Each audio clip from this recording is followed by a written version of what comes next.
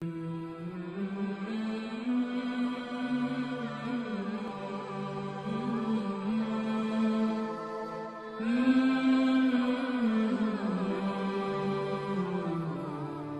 नाज़रीन अस्सलामु अलैकुम वरहमतुल्लाहि वबरकातुहू। आज का बयान हज़रत शाकिर अली नूरी का बयान रहेगा कि कामयाबी का वो राज कौन सा है और क्या करे। तो पूरा बयान जरूर सुने और इस पर अमल भी करे और अल्लाह से दुआ करे कि अल्लाह हमें नेक अमल करने की तौफीक अता फरमाए। तो चलिए बयान शुरू करते हैं। नहीं, अब देखिए कुरान मुकद्दस में अल्लाह ने क्या फरमाया। अल्लाह अज़्ज़ व जल्ल इरशाद फरमाते, कुल लिल मुमिनीना यगुद्दू मिन अबसारिहिम व यहफज़ू फुरूजहुम ज़ालिका अज़का लहुम। यहां तस्बीह की बात आई।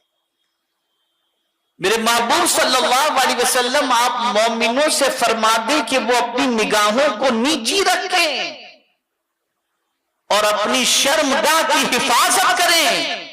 ये उनके लिए बहुत बड़ी पाकीज़गी है, बहुत बड़ी तहारत है। पता चला कि सिर्फ दिल को ही पाक नहीं करना, निगाह को भी पाक करना जरूरी है। निगाह को भी पाक करना जरूरी। और ये बात अच्छी तरीके से जहन के अंदर महफूज कर लें कि निगाह अगर नापाक है तो वजूद के नापाक होने के अंदर ताखीर नहीं होती, देर नहीं लगती। पहले निगाह भटकती है, फिर दिल बहकता है और फिर कदम लड़खड़ा जाते हैं और आदमी की दुनिया आखिरत दोनों बर्बाद हो जाती है। ऐ रसूल गिरामी वकार सल्लल्लाहु तआला अलैहि वसल्लम के प्यारे दीवानों, इसीलिए औलियाए कामिलीन बल्कि खुद हुजूर सल्लल्लाहु अलैहि वसल्लम जब राह चलते, गौर से सुने, अमल की अल्लाह मुझे आपको सबको तौफीक अता फरमाए। हुजूर सल्लल्लाहु अलैहि वसल्लम चलते तो आपकी निगाहों का आलम क्या था।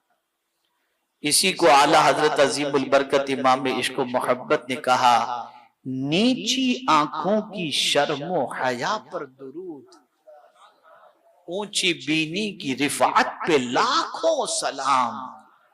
सरकार जब चलते तो निगाहें नीची होती थी, ये नीची होती थी। नीची निगाह रखना ये निगाहों की पाकीज़गी है। बल्कि फरमाया गया कि अगर कोई शख्स किसी के घर में झांक रहा है और घर वालों ने पत्थर मारा और उसकी आंख फूट गई, तो कोई किसास लेने की जरूरत नहीं, कोई बदला नहीं। वरना कुरान कहता है आंख का बदला आंख से।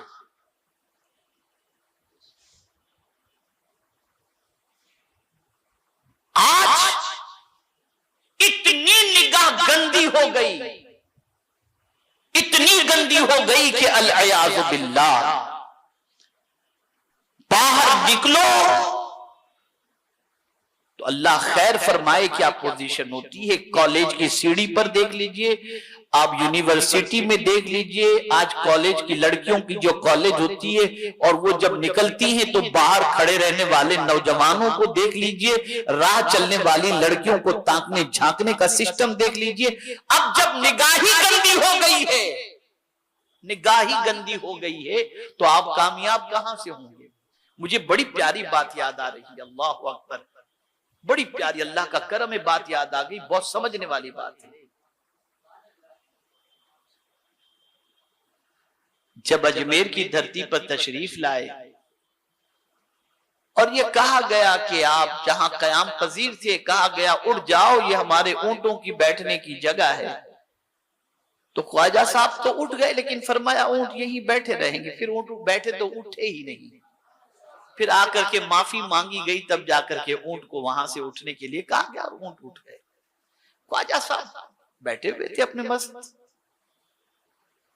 अब लोगों की पोजीशन ऐसी कि ख्वाजा साहब के पास जा रहे हैं, मिल रहे हैं और उनके सदक़े में अल्लाह करम फरमा रहा है, लोगों की जिंदगियां बदल रही हैं, लोग दायरे इस्लाम के अंदर आ रहे हैं, लोग गुनाहों से तौबा कर रहे हैं, लोगों के अंदर इंसानियत पैदा हो रही है, मखलूक खुदा के लिए मेहरबानी का जज्बा पैदा हो रही है, ये सारी चीजें हो रही। अब उस जमाने के बादशाह को वहां के तकलीफ हुई और उसने सोचा कि ये तो तख्ता उलट देंगे, कहीं मानने वाले सब हो गए तो इनको निकाला जाए। कोशिश की गई लेकिन कोशिश बराबर नहीं हुई।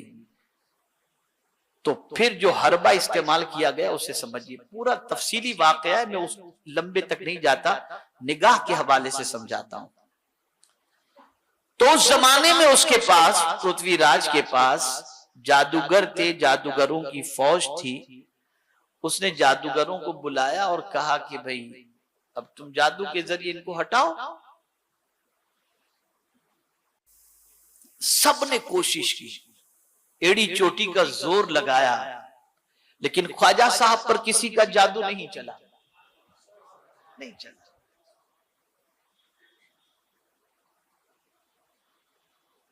तो जादूगर जब शिकस्त खा गए तो बड़े जादूगर से, ख्वाजा साहब के हवाले से पृथ्वीराज ने पूछा कि जरा ये बताओ कि जादू असर क्यों नहीं करता। अब जुमला सुनिएगा आप। उस जादूगर ने जवाब में कहा, ख्वाजा की निगाह बड़ी पाक है, निगाह बड़ी पाक है, इसलिए इन पर जादू नहीं असर कर रहा। कहा चलो निगाहों को नापाक करने का इंतजाम किया जाए। तो एक बच्ची थी जो बड़ी खूबसूरत थी। पहले तो ये किया गया कि नौजवान बच्चियों को, ख्वाजा साहब चूंकि अना सागर के करीब थे तो अना सागर में नहाने के लिए जवान बच्चियों को भेजा गया। ख्वाजा साहब तिलावत में मसरूफ थे तो बच्चियां नहाई और चुपचाप चली आई। कहा भाई वो तो ऐसा मस्त है कि नजर उठाकर देखता ही नहीं।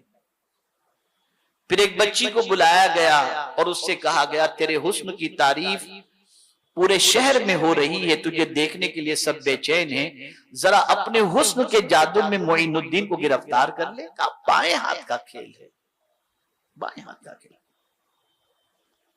वो तो बन संवर कर गई और जब देखा कि ख्वाजा साहब उस पर नजर नहीं कर रहे, उसकी तरफ नजर इल्तिफात नहीं फरमा रहे हैं, तो उसने दूर से आवाज दी, या मोइनुद्दीन। ख्वाजा साहब कुरान शरीफ पढ़ रहे थे। थोड़ी देर निगाहें नीची रखी, फिर निगाह उठा करके फरमाया, लब्बैक या बिनती, मेरी बेटी में हाजिर हूं। बस इतना कहना था। वो तड़पने लगी और तड़पने के बाद अपना दिल ख्वाजा की दावत पर दे बैठी और कलेमा पढ़ करके मुसलमान।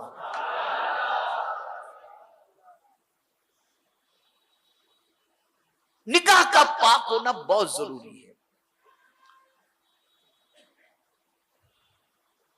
इसलिए कि निगाहों में कुदरत ने तासीर रखी है। मेरा अपना जुमला है, जिंदगी में कहीं नोट कर सकते हो तो नोट करके महफूज कर लेना। दो चीजें लग जाए ना, या तो किसी की नजर लग जाए या किसी की दुआ लग जाए। अगर किसी अल्लाह वाले की नजर पड़ गई तुम पर तो बेड़ा पार हो गया तुम्हारा, और किसी की दुआ तुमको लग गई तो तुम्हारा बेड़ा पार हो गया। इसीलिए कुरान में साहबाई के नाम से रब ने फरमाया, ला तक़ूलू राइना, सरकार से ये न कहो कि हुजूर हमारी रियायत फरमाए, बल्कि कहो क़ूलुन्ज़ुरना, सरकार हम पर नजरे करम फरमा दे। उन्जुरना, और याद रखें जिस तरफ उठ गई दम में दम आ गया, उस निगाहे इनायत पे लाखों सलाम। निगाह के अंदर ये तासीर कुदरत ने रखी है। इसीलिए कहा गया, जो तेरी निगाह में आ गया वो बड़ी पनाह में आ गया। तेरे वास्ते है मुतमईन, तेरे वास्ते ही मलूल है। कभी मां की निगाह से जिंदगी बदल जाती है, कभी बाप की निगाह से जिंदगी बदल जाती है, कभी उस्ताद की निगाह से जिंदगी बदल जाती है, कभी वली की निगाह से जिंदगी बदल जाती है, कभी मुर्शिद की निगाह से जिंदगी बदल जाती है। निगाह के अंदर कुदरत ने तासीर रखी है, अल्लाह अज़्ज़ व जल्ल ने उसमें कमाल रखा है। जब किसी पर पड़ जाए किसी अल्लाह वाले की नजर तो जिंदगी बदल जाया करती है। तो अर्ज ये कर रहा था, निगाह की पाकीज़गी भी जरूरी है। अगर निगाह पाक हो गई कामयाब हो गया, निगाह पाक हो गई। लेकिन तलाश कर लीजिए आज निगाहों का हाल क्या है। किसी से पूछो तुम्हारी निगाहों में क्या समाया हुआ है, का हाल क्या है। किसी से पूछो तुम्हारी निगाहों में क्या समाया हुआ है, पूछ लो किसी से। या पूछने की जरूरत नहीं, हम खुद अपनी निगाहों का जायजा लें कि हमारी निगाहों में कौन समाया हुआ है और क्या समाया हुआ है। हमारी निगाहें, जो जुमला अर्ज कर रहा हूं, हमारी निगाहें क्या चीज देखने को बेचैन है, जरा देखो तो सही। ये निगाह किस चीज की तलाश में है, क्या देखने के लिए बेचैन है ये निगाह। जरा अपने अंदर झांक करके तो देखो, नाकामी बिल्कुल वाज़ेह तौर पर नजर आ जाएगी कि हमारी नाकामी की वजह सबसे बड़ी ये है कि न मन पाक, न तन पाक, न निगाह पाक, न जबान पाक, कोई चीज पाक नहीं, सब गंदे।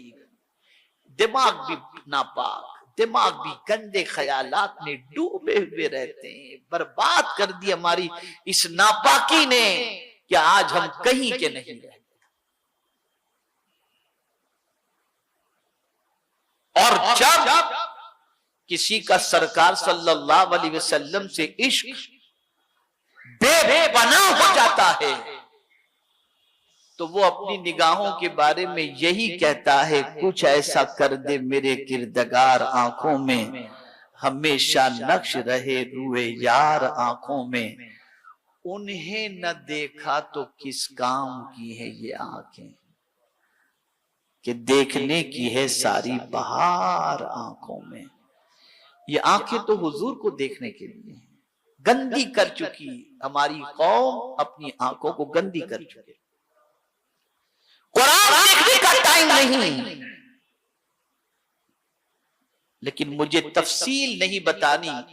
आज अगर आप मुआशरे का जायजा लें तो 15 साल 14 साल से लेकर के 60 साल के लोग न जाने यूट्यूब पर क्या क्या देखते हैं और क्या देखने की तमन्ना है।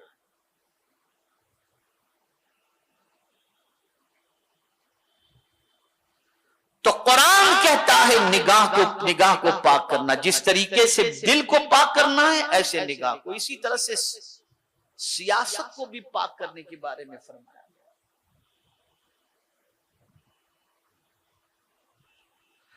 हजरत मूसा अलैहिस्सलातु वस्सलाम और हजरत हारून अलैहिस्सलातु वस्सलाम को रब ने फरमाया, इज़हबा इला फिरऔन,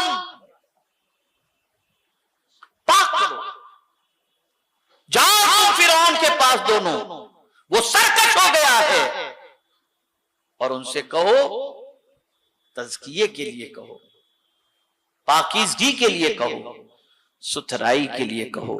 अगर आप कुरान का मुताला करेंगे, वक्त कम है, कुरान का मुताला करेंगे तो एक नहीं, मैं तकरीबन चीजों के सिलसिले में, मुआशरती जिंदगी के सिलसिले में, रिश्तेदारियों के सिलसिले में कुरान की कई आयतें पेश करूंगा जिसके अंदर तज़किये का अल्लाह ने हुक्म अता फरमाया।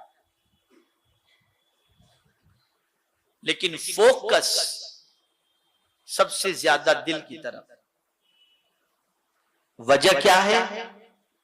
वजह सबसे बड़ी ये है कि दिल अगर पाक हो गया और संवर गया तो पूरा जिस्म खुद ब खुद संवर जाता है। आका करीम सल्लल्लाहु अलैहि वसल्लम ने इरशाद फरमाया, अला इन्न फिल जसद मुदगतुन इज़ा सलुहत सलुहल जसदु कुल्लुहु इज़ा फसदत फसदल जसदु कुल्लुहु अला वहियल क़ल्ब, अला वहियल क़ल्ब, अला वहियल क़ल्ब। आगाह हो जाओ, जिस्म में गोश्त का एक टुकड़ा है, अगर वो संवर गया तो पूरा जिस्म संवर जाएगा, और अगर वो बिगड़ गया तो पूरा जिस्म बिगड़ जाएगा। जान लो वो दिल है, जान लो वो दिल है, जान लो वो दिल है। अब दिल गंदा किन चीजों से होता है? इसको भी थोड़ा समझ लें। दिल की गंदगी क्या है? दिल में बुग़्ज़ हो, दिल की गंदगी है। दिल में कीना हो, यह दिल की गंदगी है। आज सीने में कीना रखकर आदमी अल्लाह की बारगाह में रो रो के दुआएं करता है। आम दिनों में भी करता है, बड़ी रात में भी करता है, लेकिन सीना गंदा है, दिल गंदा है, कीने से लबरेज है, भरा हुआ है किसी मोमिन के लिए कीने से। अल्लाह उन दुआओं को कबूल नहीं फरमाता, यहां तक कि शबे बारात जिसमें परवरदिगार बनी कल्ब की बकरियों के बालों की तादाद के बराबर अपने बंदों की मग़फ़िरत फरमा देता है, आक़ाए करीम सल्लल्लाहु अलैहि वसल्लम फरमाते हैं उस रात को अल्लाह उन बंदों की मग़फ़िरत नहीं फरमाता जिन बंदों के सीने में किसी के लिए कीना मौजूद। ऐसी मुक़द्दस रात में भी बल्कि फरिश्तों से फरमाता है इनको इनके हाल पे छोड़ दो। हम समझ रहे हैं बड़ी रात में हम दुआ कर रहे हैं, हमारी दुआ अल्लाह कबूल करेगा, लेकिन मन तो पाक करो। यहां से ये बात समझ में आई, हमारी दुआओं की रुकावट के अंदर हमारे दिल की गंदगी भी तो है। इस दिल को पाक करो और कुर्बान जाइए रसूल आजम सल्लल्लाहु अलैहि वसल्लम के इस फरमान पर कि हजरत अनस रज़ी अल्लाह तआला अन्हु से पैगंबर रहमत सल्लल्लाहु अलैहि वसल्लम ने फरमाया, अनस तुमसे हो सके तो सुबह इस हाल में करो कि किसी मोमिन के लिए तुम्हारे सीने में कीना न हो, और ए अनस सुनो ये मेरी सुन्नत है। कुर्बान जाइए, सिर्फ दाढ़ी रखना सुन्नत नहीं, सिर्फ अमामा शरीफ पहनना सुन्नत नहीं, मिसवाक का इस्तेमाल ही सुन्नत नहीं, बल्कि सीने को कीने से पाक करना यह भी मुस्तफा जान रहमत की सुन्नत मुबारका है। और फिर आगे हुजूर सल्लल्लाहु अलैहि वसल्लम ने क्या फरमाया, ए अनस ये मेरी सुन्नत है, और जिसने मेरी सुन्नत से मोहब्बत की उसने मुझसे मोहब्बत की, और जिसने मुझसे मोहब्बत की वो जन्नत में मेरे साथ। अब जन्नत जब मिल गई तो बंदा कामयाब हो गया। इसलिए कि कुरान कहता है फमन ज़ुहज़िहा अनिन नार व उदखिलल जन्नह फ़क़द फ़ाज़, जो जन्नत में दाखिल कर दिया गया और जहन्नम से बचा लिया गया, बेशक उसने बड़ी कामयाबी हासिल कर ली। यहां से ये बात वाज़ेह तौर पर समझ में आ गई कि मन को पाक किए बगैर कामयाबी मुमकिन है ही नहीं, है ही नहीं। तो कीने से पाक करो, और इसी के साथ साथ हुब्बे दुनिया और हिर्सो तमा और लालच से भी दिल को पाक करो। इसलिए कि अगर किसी के सीने के अंदर लालच पैदा हो जाए तो अल्लाह उसको जलील कर देता है, और लालच दिल में ही तो पैदा होती है। लालच पैदा हो गई, जलील कर देता है अल्लाह अज़्ज़ व जल। और जिसकी पोजीशन ऐसी है कि जो मिला उस पर शुक्र, ज्यादा न मिला तो कोई गम नहीं, और जो था उसमें कम हो गया तो उसका कोई टेंशन नहीं, इसलिए कि मालिक है जिसने दिया था ले लिया वापस दे देगा। ऐसा शख्स जाहिद है, और ऐसे जाहिद बंदे की दुआओं को अल्लाह कबूल फरमा लेता है, कबूल फरमा लेता है।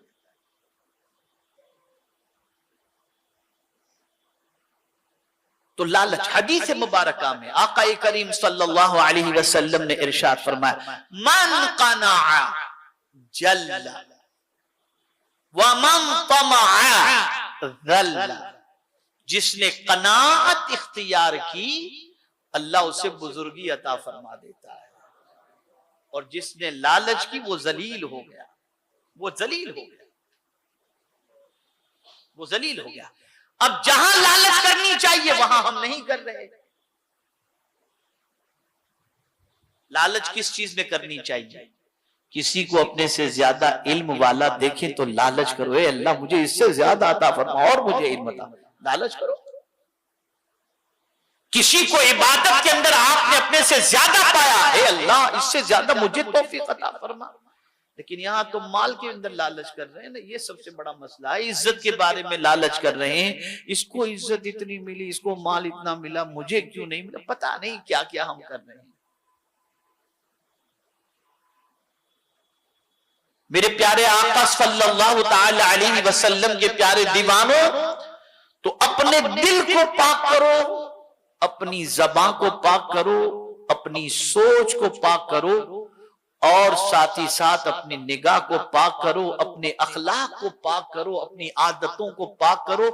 जहां तुमने पाकीज़गी इख्तियार कर ली, पाकीज़गी इख्तियार कर ली, तो अब मेरा मौला फरमाता है तुझे कोई चाहे या न चाहे, मैं तुझे खुशखबरी सुना दूं, इन्नल्लाह युहिब्बुत तव्वाबीन व युहिब्बुल मुतत्तहिरीन, कि बेशक अल्लाह तौबा करने वाले और पाक रहने वाले से मोहब्बत फरमाता है। फिर अल्लाह मोहब्बत करता है तो सिर्फ तन्हा नहीं करता, ये भी कमाल की बात है, ये भी उसके करम की बात है। वो जब किसी से मोहब्बत करता है तो तन्हा नहीं करता, जहां उसने मोहब्बत की पहले फरिश्तों से कहता है, जिब्रील अमीन से फरमाता है, जिब्रील सारे फरिश्तों से कह दो आसमान में मैं इस बंदे से मोहब्बत करता हूं, तुम भी इससे मोहब्बत करो। जब सारे फरिश्ते मोहब्बत करने लगते हैं तो कहा जाता है जाओ जमीन में जाकर लोगों से कहो कि मैं इस बंदे से मोहब्बत करता हूं, तुम भी मोहब्बत करो। फिर जमीन वालों में ये ऐलान कर दिया जाता है, यहां से पता चला कि हमने अल्लाह वालों को नहीं देखा, न गौसे आजम को देखा है, न ख्वाजे आजम को देखा है, न इमाम अहमद रजा को देखा है, न मखदूम सिन्ना को देखा है, लेकिन हमारे दिल में जो मोहब्बत है ये अल्लाह ने पैदा फरमा दी है, इसलिए कि अल्लाह उनसे मोहब्बत करता है तो उनकी मोहब्बत का चिराग हमारे सीने में रोशन फरमा दिया है। मुसलमानों, प्यारे आका सल्लल्लाहु अलैहि वसल्लम के प्यारे दीवानों, तो मन भी पाक करो, तन भी पाक करो, दिमाग भी पाक करो, सोच भी पाक करो, निगाह भी पाक करो, और पाकीज़गी से मोहब्बत करो। इंशाअल्लाह ये पाकीज़गी जहां आएगी, अल्लाह फरमाता है कद अफलह मन तज़क्का, बेशक मुराद को पहुंचा मौला उसे कामयाबी अता फरमा देता है। तो कामयाबी का राज क्या है, इसको यूं समझ लें, मन तन सब चीजों को, बल्कि धन को भी पाक करना। ज़कात कहते हैं ना, ये ज़कात क्या है, माल को पाक करता है। ज़कात क्या है, ज़कात के माने भी पाक करना है, वो माल को पाक करता है, इसीलिए ज़कात कहा जाता है। इसलिए किसी बुजुर्ग ने बड़ी प्यारी बात कही, फरमाते हैं अपने माल को धो लिया करो। क्या करो, बोलो, धो लिया करो। उन सामने वाला समझ नहीं सका कि माल को धोने से क्या मुराद है, क्या धोना, जैसे दाल को धोते हैं, आटे को गूंदते हैं, पानी से सब कुछ करते हैं, ये सब ये धोना इसी तरीके से क्या मुराद है, धोने से क्या मुराद है, वो समझ नहीं सके। तो बुजुर्ग फरमाते हैं कि माल को धोने से मुराद ये है कि अपने माल में से कुछ हिस्सा दूसरों के लिए निकाल दो, तुम्हारा माल धुल जाए, धुल जाए।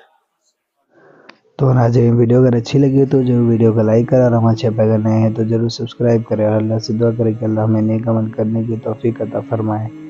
तो चलिए नाज़रीन, मिलते हैं अगली वीडियो में, तब तक के लिए अस्सलामु अलैकुम वरहमतुल्लाहि वबरकातुहू। सब्सक्राइब कीजिए हमारे चैनल जिक्र रसूल को और बेल आइकन को प्रेस कीजिए, जिससे आपको हमारे न्यू वीडियो की नोटिफिकेशन मिलती रहे। वीडियो अच्छी लगे तो हमारे वीडियो को लाइक करें और हमारे चैनल को सब्सक्राइब करें।